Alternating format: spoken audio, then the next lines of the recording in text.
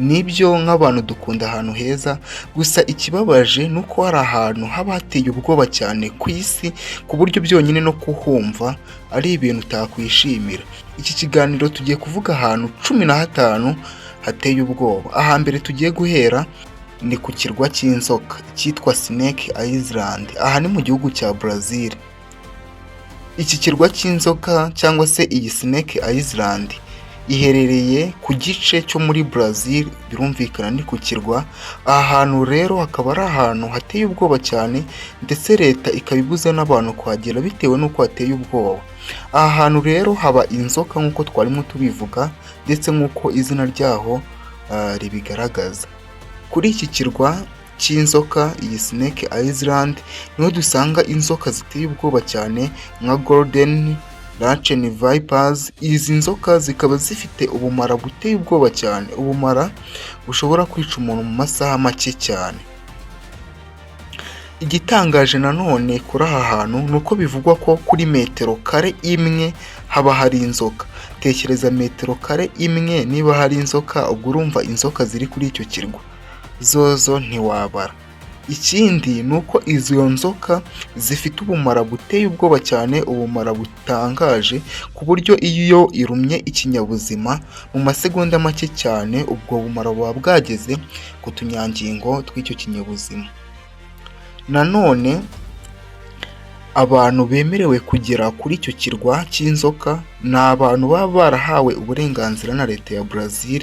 Ubwo abo ni abashakashatsi baba bagiye gukora ubushakashatsi kuri icyo kirwa, abandi bose nta muntu n'umwe ubyemerewe. Ibyo twarimo tuvuga bijyanye n'iki kirwa cy'inzoka nibyo byagaragajwe mu kinyamakuru cyitwa Daily Echo, ku mutwe wacyo uvuga ngo The World Most Dangerous Place, ndetse no ku kinyamakuru cyitwa Jaglan Josh, nacyo cyavugaga ku hantu hateye ubwoba ku isi. Twarimo tuvuga ikirwa cy'inzoka, reka tugere ku hantu ha kabiri. Aha hantu ni ahitwa Danakari Depression, aha ni muri Ethiopia. Danakari Depression bivuze ngo ni ikibaya cya Danakari. Iki kibaya cya Danakari rero giherereye mu gihugu cya Ethiopia, nk'uko nari maze kubikubwira, ku gice cyahegereye ahitwa Afar Triangle. Impamvu rero aha hantu naho ari ahantu hateye ubwoba cyane ni ukubera yuko aha ni hamwe mu hantu hashyuha cyane ku isi. Ubushyuhe bwaho bukaba bugera kuri degrees zigera kuri 50, ni ukuvuga Fahrenheit zirenga 122. Ikindi ni uko aka gace tuhasanga imyuka y'ubumara, imyuka y'uburozi, imyuka yangiza cyane cyitwa toxic gases. Nanone niho dusanga acide ishyuha cyane, ndetse nanone hagahora ibirunga bihora biruka. Ikindi ni uko ibice byinshi bigize aha hantu muri kino kibaya cya Danakari usanga hakikijwe cyangwa se hashasheho imyunyu iba yaturutse ku nyanja, bitewe n'uko iki gice kiri munsi neza y'indiba y'inyanja, ku buryo ki imyunyu myinshi ihagera. Ibyo rero iyo myunyu ndetse na za sarufa byinshi bikaba bigira uruhare mu kwica ikinyabuzima cyose kihageze. Ibi bisobanuye ko baba abantu ndetse n'ibindi binyabuzima byonyine kugira ngo bihabe ari ibintu tutaha amahirwe y'uko byashoboka. Ibi nibyo byavuzwe mu kinyamakuru Wikipedia cyari cyavuze inkuru ivuga kuri Danakari Depression, ndetse na National Geographic ubwo bari bakoze naho ikiganiro kivuga kuri Danakari Depression. Ahantu ha gatatu hateye ubwoba tugeze ni ku kiyaga giherereye muri Tanzania cyitwa Lake Natron. Lake Natron ni ikiyaga kigizwe n'umunyu. Aya mazi yuzuyemo umunyu mwinshi cyane. Iki kiyaga rero giherereye mu majyaruguru ya Tanzania, hafi yaho n'umupaka wo mu gihugu cya Kenya. Reka tuvuge impamvu n'aha hantu tuvuga ko ari ahantu hateye ubwoba cyane. Icya mbere ni ukubera ko aya mazi yo muri iki kiyaga afite hydrogen iri hejuru cyane. Muri make twavuga ko imyunyu ngugu iri muri iki kiyaga ni myinshi, twavuga ko ari ikiyaga cy'umunyu, kuko umunyu w'icyo kiyaga ufite potential hydrogen iri hejuru y'10.5. urumva ko aha hantu naho biragoye, kuko uyu munyu utuma iyo amazi akoze ku ruhu rw'ikinyabuzima cyangwa se akagwa mu jisho by'inyamaswa iyo ari yo yose, mu masegonda make cyane ihita ibabuka cyangwa se ihita ishya ako kanya, nta n'amasegonda bitwara. Hari inyoni nyinshi ndetse n'inyamaswa bijya muri ayo mazi, bikigeramwo ntabwo twavuga ko bihita bipfa, ahubwo bihita byuma.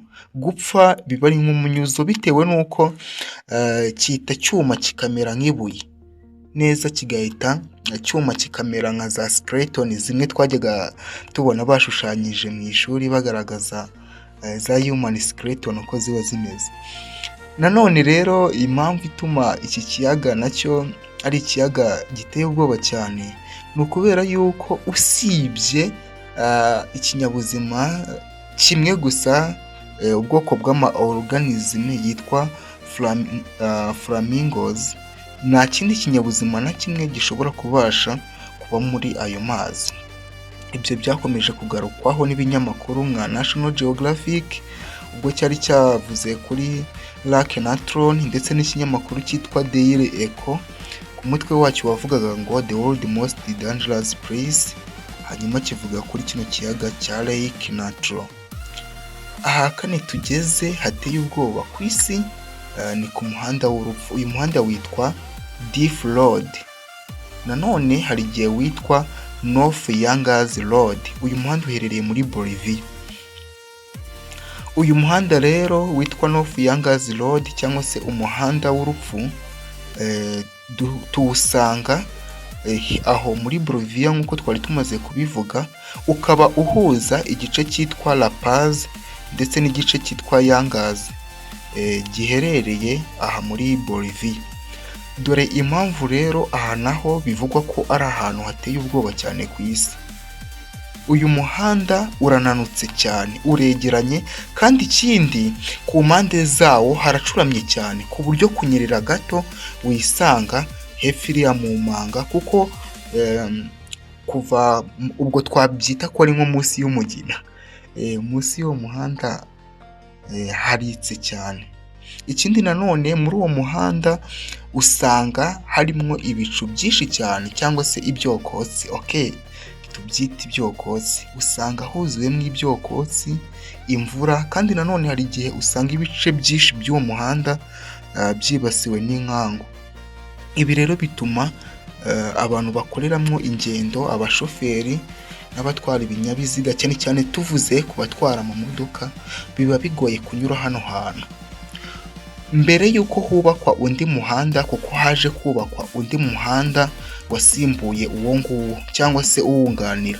Mbere y'uko rero hubakwa uwo muhanda, uyu muhanda wahitanaga abantu bari hagati ya 200 ndetse na 300 buri mwaka bazize agisida yo kunyura kuri uwo muhanda. Urumva ko rwose ahantu hateye ubwoba cyane.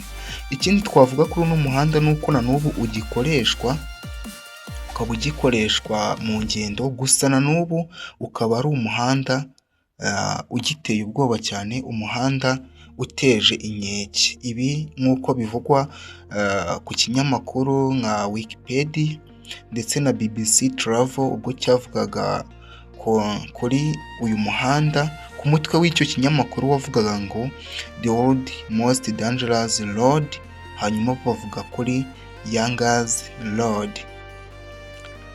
Aha gatanu hateye ubwoba ku isi ku buryo no kuhumva biteye ubwoba, ni ku ishyamba ryitwa Aokigahara Forest. Iri ni ishyamba riherereye mu Buyapani. Aokigahara Forest riherereye ku ndiba z'umusozi witwa Fiji, aha ni mu Buyapani, ndetse bakaba bakunze kwita Swiss Forest. Dore impamvu aha hantu rero hateye ubwoba cyane. Aha ni wenda reka mvuge uburyo uyu muhanda nako iri shyamba ryabayeho, bitewe no gusaduka kw'imisozi cyangwa se iruka ry'ibirunga. aha hantu habayeho byatewe n'uko gusaduka kw'imisozi cyangwa gusaduka k'ubutaka, ibizwi nka tectonic plate movement. Hanyuma rero aha hantu haza kwicamo ikibaya, hanyuma haza kumera iri shyamba rya kimeza cyitwa Aokigahara Forest. Ibyo byabaye kera cyane. Rero ahangaha kubera ko hinjiye mwo munsi cyane, birumvikana ko hateye ubwoba bitewe n'uko ikinyabuzima kihageze biroroshye cyane rwose ko kugira ngo cyongere kugaragara biragoye, cyita kibura. Ikindi hahora umwijima. Tekereza ishyamba ryijimye ku buryo haba ku manywa cyangwa nijoro hose uba ubona ari nka nijoro. Urumva ko aho hantu hateye ubwoba cyane. Ikindi kintu gitangaje gituma ari ishyamba riteye ubwoba ni ukubera ko ibyuma bigaragaza indangamerekezo nka za compass direction na za GPRS kugira ngo bibashe kuhafatisha bigaragaza direction, ibi nabyo biragorana cyane. Ngiyo impamvu iri shyamba naryo rikomeje kuba ahantu hateye ubwoba cyane ku isi. Ikindi kintu twavuga ni uko aha hantu hagiye hakorerwa ibikorwa byinshi bijyanye n'umuco w'Abayapani, ibikorwa bijyanye n'ubupfumu ndetse n'ibindi bitandukanye, ku buryo ki byonyine kuryinjiramo uba wumva neza ari ibintu biteye ubwoba cyane, ari ibintu no kubyumvisha bigoye. Ngibyo ibivugwa ku kinyamakuru cyitwa How Stuff Work, cyavugaga ku mutwe uvuga ngo Why is Aokigahara called Suicide Forest, ndetse n'ibindi binyamakuru byagiye bivuga kuri iri shyamba rya Aokigahara. Ahantu hagatatu hateye ubwoba cyane ku isi ni mu majyaruguru y'ikirwa cya Sentinel, ahitwa North Sentinel Island. Aha ni mu Buhinde. Iki gice cyo mu majyaruguru ya Sentinel niho dusanga abantu bamwe babagaho kera cyane, bagendera ku mico ya kera. Iki kirwa cyitwa North Sentinel Island giherereye mu majyaruguru y'Ubuhinde. Iki kirwa rero kikaba ari ikirwa giteye ubwoba cyane bitewe n'abantu bahaba. Hari abantu bica abandi bahageze, ba bantu babagaho kera cyane. Reka ndeke gukomeza kuvuga byinshi kuri North Sentinel, ahubwo ibyinshi bidasanzwe bitangaje twavuga kuri iki kirwa cya North Sentinel reka nzabibabwire mu gice cya kabiri kino video, aho nzakubwira ibindi 9 bisigaye harimo n'iki cya gatandatu. Naho tuzakomeza tuvuga ibyo bintu biteye ubwoba by'ahantu hadasanzwe ku isi.